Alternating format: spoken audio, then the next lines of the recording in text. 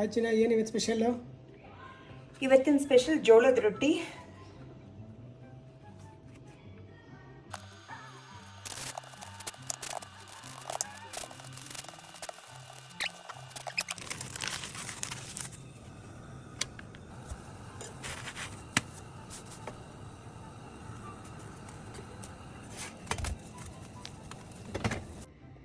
Okay, ಇವಾಗ plate ಮಾಡೋಣ.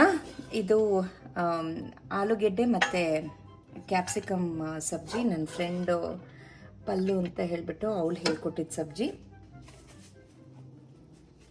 ಇದು ದಾಲ್ ಮಾಡಿದ್ದೀನಿ. ಇದು ಮಸೂರ್ ದಾಲು, ಹೋಲ್ ಮಸೂರ್ ದಾಲ್ದು ಜಸ್ಟ್ ಒಂಚೂರು ಈರುಳ್ಳಿ ಒಗ್ಗರಣೆ ಹಾಕ್ಬಿಟ್ಟು ಮಾಡಿರೋದು. ಜೋಳದ ರೊಟ್ಟಿ. There you go. Enjoy!